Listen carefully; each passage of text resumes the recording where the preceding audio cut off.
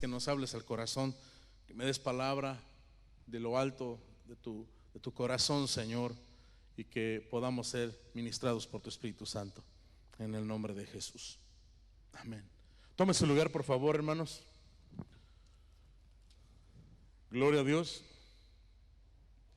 Es una profecía, ¿verdad? Una escritura que alude al tiempo del Mesías, que también habla para el pueblo de Israel en ese tiempo, y también habla a nuestras vidas el día de hoy, y seguirá hablando hacia el futuro.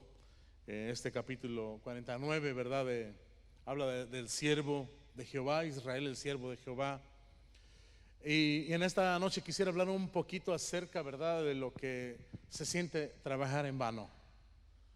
No sé si a usted le ha pasado o a veces se ha sentido que ha sido en vano. Hasta hoy, quizás en el matrimonio, quizás en el trabajo. ¿Cuántas veces hemos escuchado a alguien que dice, trabajé en tal parte 5 años, pero la verdad fue en vano?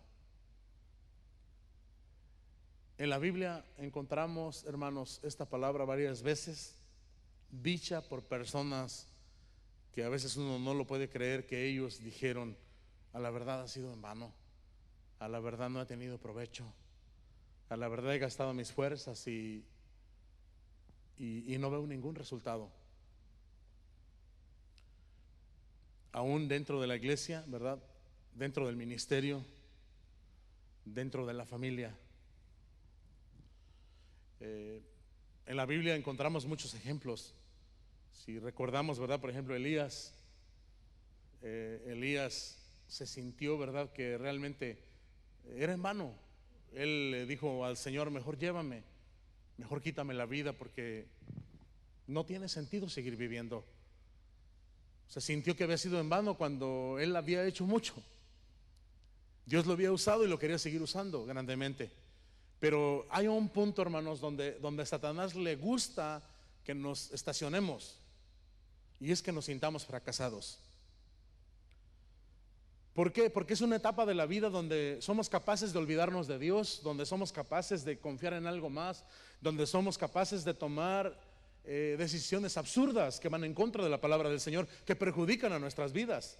Cuando uno se siente fracasado, nuestras emociones, todo nuestro ser se compunge, se entristece, te sientes defraudado, y que te has defraudado a ti mismo y quizá a tus seres queridos, o quizá a lo que estás haciendo, o quizá a la iglesia, o te sientes que has defraudado a Dios o a tu familia o a tus seres queridos. ¿Nunca se ha sentido así? ¿En alguna etapa de su vida ha sentido eso?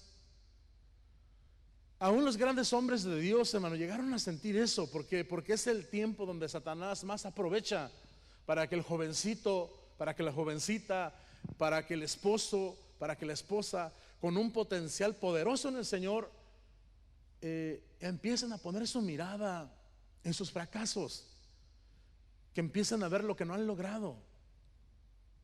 Y leíamos una parte, ¿verdad?, del profeta Isaías en el capítulo 49, donde habla, ¿verdad?, como decía al principio, acerca de los que estaban escuchando en ese tiempo, pero también es una escritura, ¿verdad?, mesiánica, que habla también de lo que el Señor Jesús hizo, si leemos, ¿verdad?, completo ese capítulo. Pero también habla de nuestras vidas. Dice, pero yo dije, por demás he trabajado. O sea, he trabajado en vano, me he esforzado en vano, no tengo frutos. Y sin provecho he consumido mis fuerzas. ¿Cuánta gente quizá, hermano, ya de edad avanzada, ya uno siente que ya no tiene la misma fuerza? Ya a uno le da sueño más temprano, ¿verdad? Empieza a haber cambios en su vida, y muchas de las veces uno voltea a ver a su alrededor, a su familia, a su trabajo, aquellas ilusiones que uno tenía, aquellas metas. Uno hasta cierto punto a veces dice, bueno, ¿cuánto tiempo malgasté? O sea, y gran parte de la vida, lo más seguro que así ha sido, pues sin el Señor dañamos muchas cosas. Pero en esta noche quisiera hablar acerca de nuestra vida en Cristo. Ahora que tenemos el conocimiento de la verdad, ahora que el Señor vive en nosotros, Recuerde bien que Satanás ya no le hace mucho caso a las personas que no son creyentes.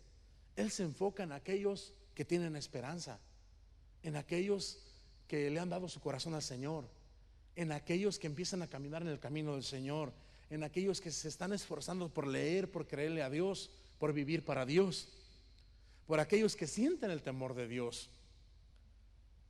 Pero es duro sentir, hermanos, que es en vano. A mí a veces me gusta leer mucho, ¿verdad?, acerca de los misioneros, los primeros misioneros, lo que ellos hicieron, cómo Dios los usó. Y me llama mucho la atención, ¿verdad?, un misionero que era soltero, muy joven, de Nueva York, hace muchos años. Tenía 23 años cuando él decidió irse para la India. Y él dejó su riqueza, dejó su profesión, dejó muchas cosas, dejó familia y se fue para allá, porque él sintió en su corazón un llamado de parte de Dios y se fue a la India a predicar el evangelio, y llevaba tratados, llevaba muchas cosas. De hecho, la asociación de misiones le empezó a ayudar, le empezó a apoyar, con visitas, con dinero, con tratados. Pero él decidió de alguna manera infiltrarse y empezar a vivir como ellos vivían. Empezó a dar su servicio, empezó a trabajar ahí, y un día se desligó, ¿verdad?, de aquella fuente de ingresos y empezó a vivir pobremente, pero él seguía predicando el evangelio. Él trabajaba, enseñaba, evangelizaba, regalaba tratados, Biblias, Nuevos Testamentos. Y después de 43 años, hermano, me llama la atención que no ganó a una persona. O sea, no ganó a una persona, y dice que él se frustró. O sea, dijo, ¿qué está pasando? Y sabe algo, después que él muere, cuando él muere, después que la asociación de misiones empieza a indagar y ver, se dieron cuenta que las iglesias que se estaban creciendo, que casi toda la ciudad conocía el evangelio y todos daban testimonio de aquel hombre que vivió en medio de ellos. Él aún se fue pensando que no hizo nada, pensando que fue en vano, pensando que solo trabajó, pensando que se equivocó, pensando que Dios no lo respaldó. Y eso es lo más triste. De hecho, la gente daba testimonio de su gran amor. Algunas personas se atrevieron a decir que después de Jesús en la tierra nunca habían visto a alguien que se derramara por sus semejantes como esa persona que se llamaba George. No, ya se me fue el apellido. Bowen, el señor Bowen. Era un soltero. O sea, en el Señor, hermanos, es importante que tomemos nota de esto. Nuestros caminos no tienen nada que ver con los caminos del Señor, ni nuestros pensamientos con los de Él. Él es un Dios santo que todo lo sabe, que nunca falla, nunca pierde. Entonces, uno de los látigos que más Satanás usa es hacernos sentir que somos un fracaso. ¿Cuántas familias, claro, no han fracasado? Es verdad, porque vivimos en esta naturaleza caída, pero ahora en Cristo nos hemos propuesto seguir sus pisadas, hacer su voluntad, vivir para Él. El mismo apóstol Pablo, ¿verdad? Vamos a leer una escritura en Gálatas,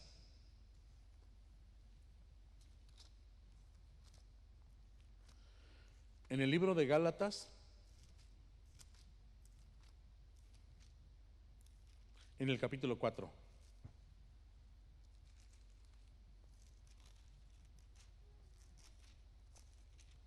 Gloria a Dios. Ahí en el verso 11 dice: me temo de vosotros que haya trabajado en vano con vosotros. Sí, recuérdense que él estaba maravillado de que los Gálatas habían comenzado ya, ¿verdad?, a vivir en la gracia, y ya estaban otra vez atados a la ley, otra vez estaban judaizando, otra vez estaban haciendo las cosas por obras. Y él dice: me temo que todo mi trabajo haya sido en vano. El mismo apóstol Pablo, el apóstol de Jesucristo, se sintió de esa manera. Y les dice: ay, hermanos, no vaya a ser que haya yo trabajado en vano. Pues como los miro, o sea, me siento como que todas mis enseñanzas, de todos mis consejos, como que fue en vano, mis desvelos, mis ayunos, mis sufrimientos, como que la verdad es en vano todo lo que he estado haciendo. El mismo David, el rey David, en el Salmo 55 dice: ¿quién me diera alas como de paloma? Yo volaría y saliera de este problema. Me remontaría donde yo me quiero ir mejor. Quisiera que me enviaran alas y salir de esta situación, porque a la verdad no logro nada. Hay este tipo de momentos, hermano, donde los hombres que aman a Dios, mujeres que aman a Dios, familias que aman a Dios, niños, jovencitos que aman al Señor, que se quieren esforzar, a veces llega un momento donde Satanás los hace sentir que es en vano. A veces, hermanos, que empiezan a venir, empiezan a conocer al Señor, empiezan a caminar y a veces viene algo a sus vidas, viene algo que no sale bien y aparentemente un día llegan a la conclusión y dicen: a la verdad es en vano ir a los cultos, a la verdad es en vano ir a las oraciones, a la verdad es en vano que oren por mí, como que siento que es en vano, mejor me voy a volver atrás. Y ahí es donde Satanás obtiene lo que quiere. Ahí es donde el hombre pierde, ahí es donde el hombre se descuida. Porque recuérdese que Satanás no viene con grandes cuernos o con una horquilla, con un dielgo, tratando de asustarnos para que no vengamos o no busquemos a Dios, sino que él se disfraza como ángel de luz para hacernos sentir fracasados, que no podemos, que hay otros mejores que nosotros, que ya batallamos mucho y que es tiempo mejor de dejar las cosas así.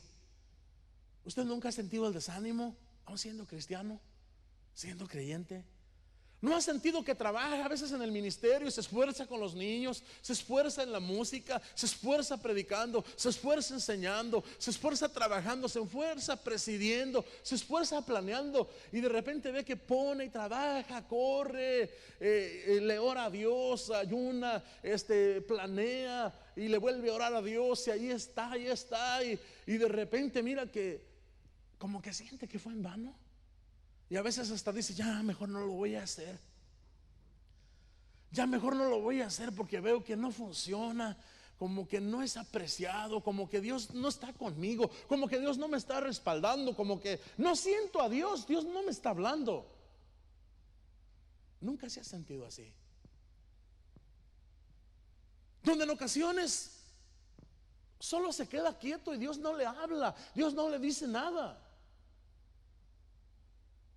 Donde hay un momento así donde uno no entiende, donde uno se queda quieto y dice: Señor, háblame, dime, ¿qué está pasando, Señor? Estoy frustrado, no me está funcionando, estoy en pecado. Estoy en pecado, y tú confiesas tu pecado y le buscas y le dices: Señor, si hay algo, muéstramelo. Si hay algo que estoy haciendo mal, que estoy desobedeciendo, tú sabes, si estoy viviendo en pecado, muéstramelo, perdóname, me arrepiento. Aún el hombre más santo busca de esa manera a Dios y le dice: Señor, si hay algo que estoy haciendo que no te agrada, muéstramelo, dímelo. Yo me aparto, Señor, pero yo no quiero sentirme solo. Yo recuerdo cuando en aquellos años, cuando predicábamos allá en la iglesia de Calajún, donde pastoreaba el hermano Guevara,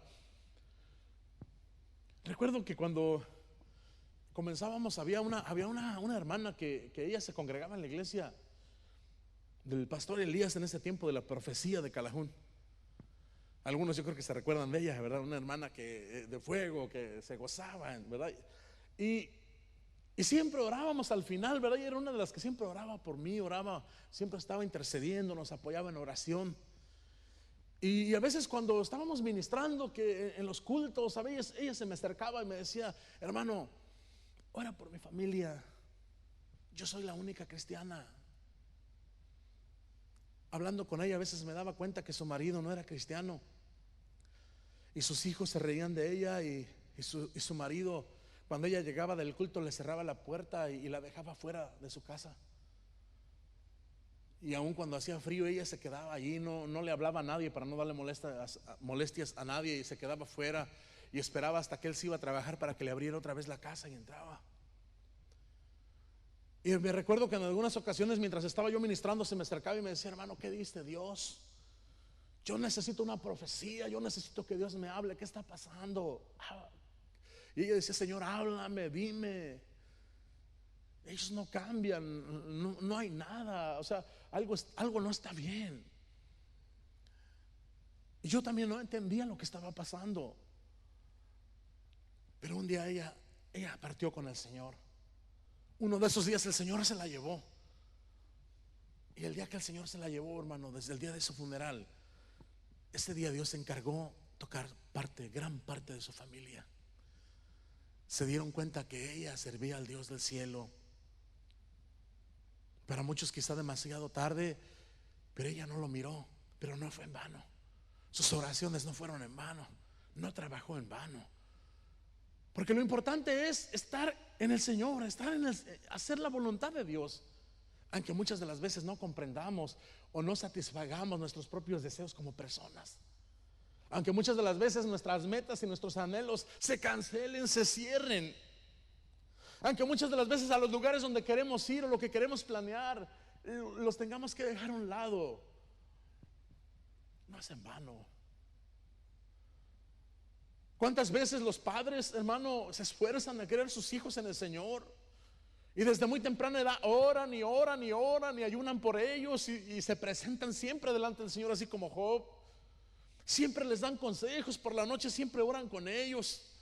Siempre les están hablando del amor de Cristo, del poder de Dios. Siempre los abrazan el Señor y se dan físicamente, materialmente, espiritualmente, en todas las áreas por ellos.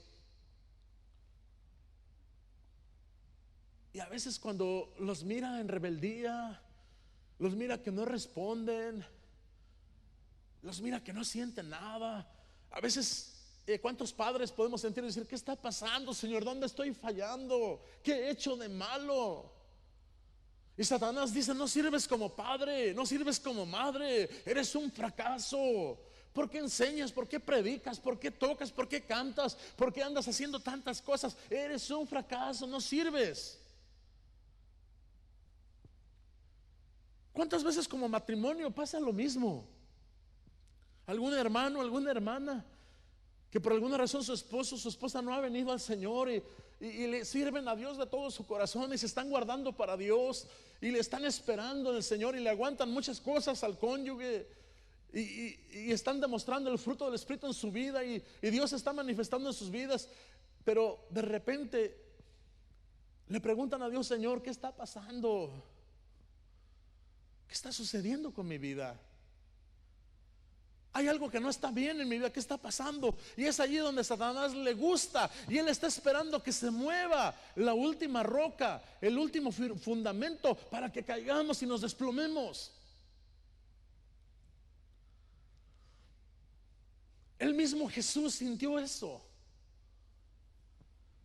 El mismo Hijo de Dios sintió eso. Por eso esa escritura se le adjudica a Cristo.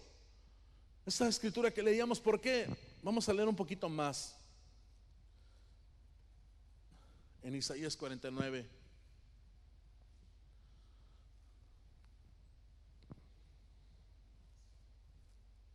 Voy a leer desde el verso 1. Dice: oídme costas y escuchar pueblos lejanos. Jehová me llamó desde el vientre, desde las entrañas de mi madre tuvo mi nombre en memoria. Puso mi boca como espada aguda, me cubrió con la sombra de su mano y me puso por saeta bruñida, me guardó en su aljaba. ¿Sí? Este es un llamado santo de Dios que hace a sus hijos, que se cumplió en Cristo, que se cumplió en los profetas, que se cumple en la iglesia, que se cumple en nuestras vidas. Y me dijo: Si mi siervo eres, oh Israel, porque en ti me gloriaré. Sí, le hace ese gran llamado. Ahora el verso 5 dice: ahora pues, dice Jehová, el que me formó desde el vientre para ser su siervo, para hacer volver a él a Jacob y para congregarle a Israel, porque estimado seré en los ojos de Jehová y el Dios mío será mi fortaleza. Mire, esta escritura, vemos a Jesús cuando Él viene, capítulo 1:11 de Juan, dice: a los suyos vino, pero los suyos no le recibieron. Se dice que en el tiempo cuando Jesús viene a los judíos, es la etapa cuando eran los hombres más perversos en todo el tiempo que han existido judíos en la tierra. En la generación cuando Jesucristo vino, ¿por qué se cree esto? Aún secularmente, nosotros vemos el imperio romano actuando y castigando, azotando de una manera cruel a Judea, por la razón que eran perversos, eran hombres malos, a pesar que tenían, nosotros vemos, a pesar que tenían la ley, pero ya se había corrompido. Ellos se rebelaban en cada momento contra Roma. Ahora, cuando el Señor Jesucristo, como Él murió en un cuerpo humano, aunque Él era 100% Dios, Él se ofreció en un cuerpo humano y también sentía. En Hebreos capítulo 4, mire, vamos a leerlo para entender un poquito, aunque nos tardemos, ya no vamos a durar mucho. ¿Cuántos están gozando?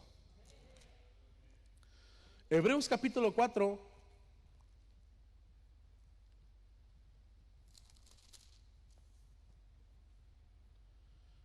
y verso 15 dice: porque no tenemos un sumo sacerdote que no pueda compadecerse de nuestras debilidades, sino uno que fue tentado en todo según nuestra semejanza, pero sin pecado.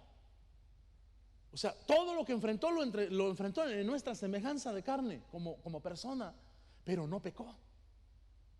Ahora, a él en este capítulo 49 de Isaías se le dice: tú harás volver a Jacob, a los desterrados de Israel, ellos volverán. O sea, esa era su misión.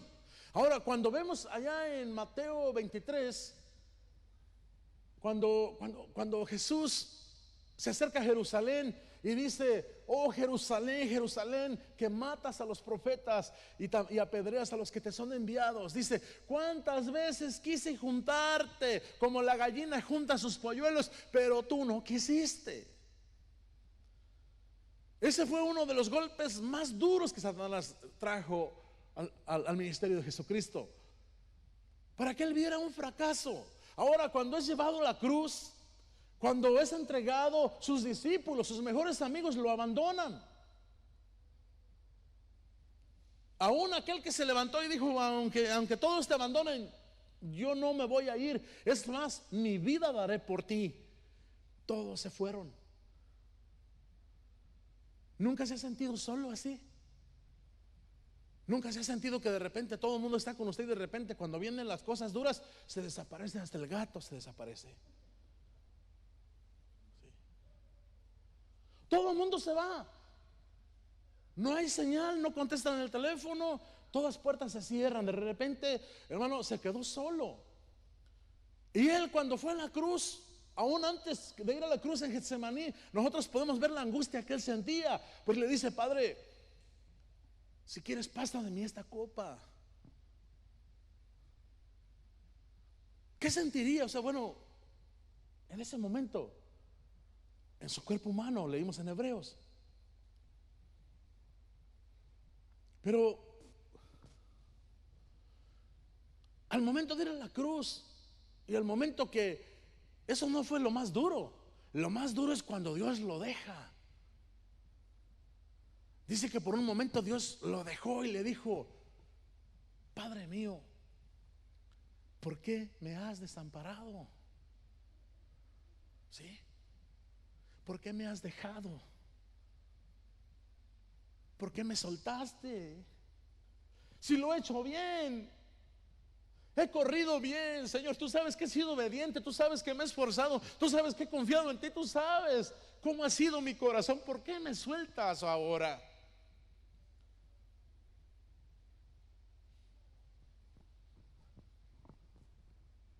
Gloria al nombre del Señor.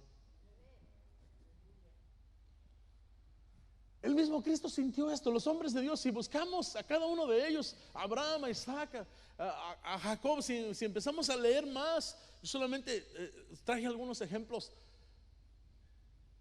de que, a veces pensamos que es en vano, pero no es en vano. Usted sabe cómo cuando ya está por terminar y dice consumado es. Delante de los ojos de los hombres se miró un hombre que se levantó contra Caifás, contra los sacerdotes, y que de repente lo crucificaron. Aparentemente no fructificó, aparentemente no cumplió, aparentemente no terminó, pero dice la Biblia que el velo del templo se rasgó de arriba abajo y hubo un gran terremoto. Y aunque pusieron su cuerpo en un sepulcro, al tercer día, hermano, Dios lo levantó de entre los muertos. Las cosas cambiaron. Sí, Dios tiene propósitos. Amén. Dios nunca pierde. Dios no se ha equivocado. No te dejes engañar, no nos dejemos engañar. En Cristo estamos seguros.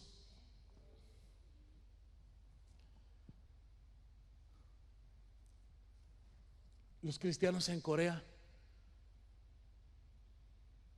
matan de a 6. El otro día estaba viendo con un pastor, ¿verdad?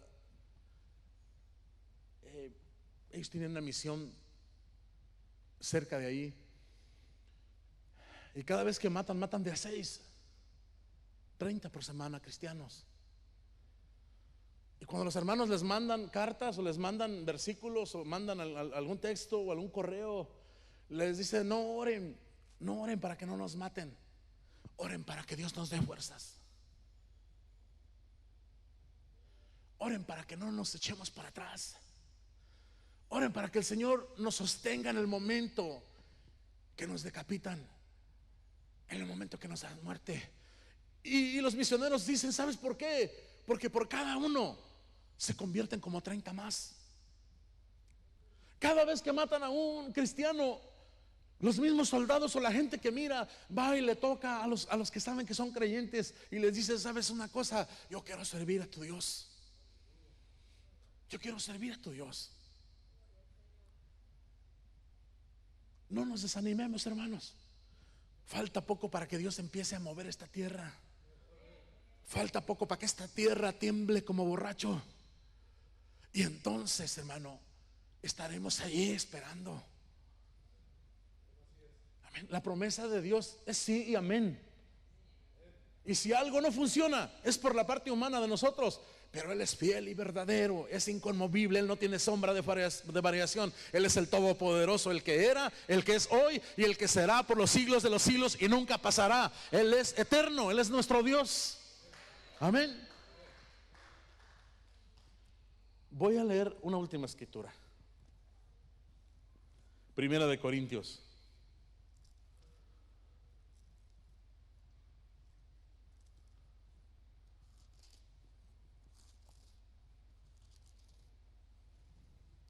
Capítulo 15.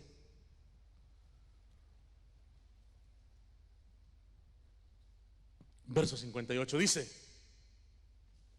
1 Corintios 15, 58. Así que, hermanos míos, amados, esto lo dice el apóstol Pablo una vez más. Así que, hermanos míos, amados, estar firmes y constantes, creciendo en la obra del Señor siempre. Dice: sabiendo que vuestro trabajo en el Señor no es en vano. ¿Qué estar haciendo? Estar firmes constantes, creciendo en la obra del Señor, firmes, porque el Señor nos da la fuerza para que ningún viento de doctrina nos mueva. Firmes por su palabra, firmes por lo que Él dijo.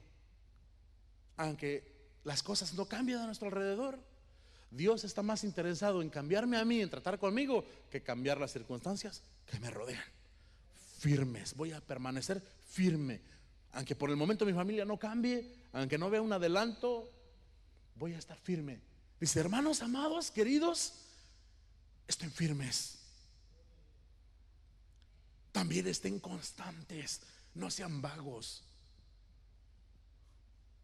Sean constantes, como Daniel, por la mañana, mediodía y por la noche. Al otro día por la mañana, mediodía y por la noche. Hasta que les empezó a molestar a los demonios en Babilonia. Dijeron: oye, ¿qué se trae este? A ver cómo le hacemos para que se calme. Y le prohibieron orar. Pero ese hombre se iba por la mañana, a mediodía y por la noche. Y le aseguro que cuando lo metieron en el foso de los leones, todavía le faltaba ir por la noche. Y ya había ido en la mañana, a mediodía y delante de los leones por la noche. Amén. Firmes y constantes, constantes, constantes. Estar ahí, hermano. La constancia, la palabra de Dios es como un martillo que quebranta la piedra. La piedra es dura de quebrar, pero le da hoy, y le da mañana, y le da mañana, y le da pasado mañana, y le sigue dando. Y de repente, hermano, empieza a escuchar un ruido raro. Amén. La constancia. ¿Quiere venir al culto cada mes? Ya ni se acuerda dónde estaba en la iglesia. Anda pidiendo que le manden un texto a ver cómo llegar.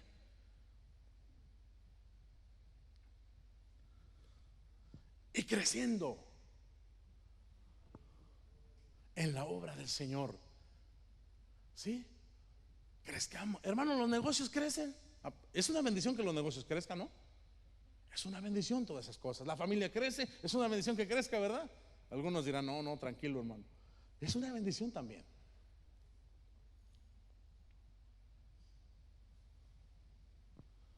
Sabiendo que su trabajo que están haciendo en el Señor no es en vano. Amén. No es en vano. Así es de que lo que tú y yo estamos haciendo, hermano, no es en vano. Lo que Elías estaba haciendo, ¿era en vano? No era en vano. Si le estaba dando vuelta a Jezabel con todo y sus dioses y todo lo que tenía, no era en vano. El pueblo de Israel, cuando caminaba en el Señor, no era en vano. Claro que no todo el mundo se daba cuenta que ahí estaba Dios. No dejemos de ser constantes en lo que estamos haciendo para Dios, ni dejemos de estar firmes.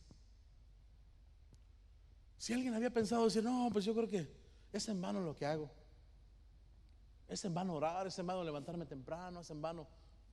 En el Señor nada es en vano. Sin el Señor sí todo es en vano, pero en Cristo todo es ganancia. Fíjese que este es el único lugar donde muerto sigue ganando. ¿Sí? Porque en otro lado se muere y le cobran. Pero en Cristo dice: si vivimos, para Él. Y si morimos, para Él. Y si morimos, pues dice que es ganancia. ¿Sí? De hecho, el apóstol Pablo decía: yo no sé si quedarme aquí o irme. Dice: yo me quisiera ir, pero a la verdad yo los veo con mucha necesidad, me voy a quedar otros días. Entonces, es ganancia. No es en vano. Ya estoy bien viejo, ya me gasté en el Señor. No fue en vano, hermano. No fue en vano. Claro que no fue en vano. Ahora procuremos estar firmes y constantes, creciendo en la obra del Señor, para que nunca sea en vano nuestro trabajo. Vamos a ponernos de pie.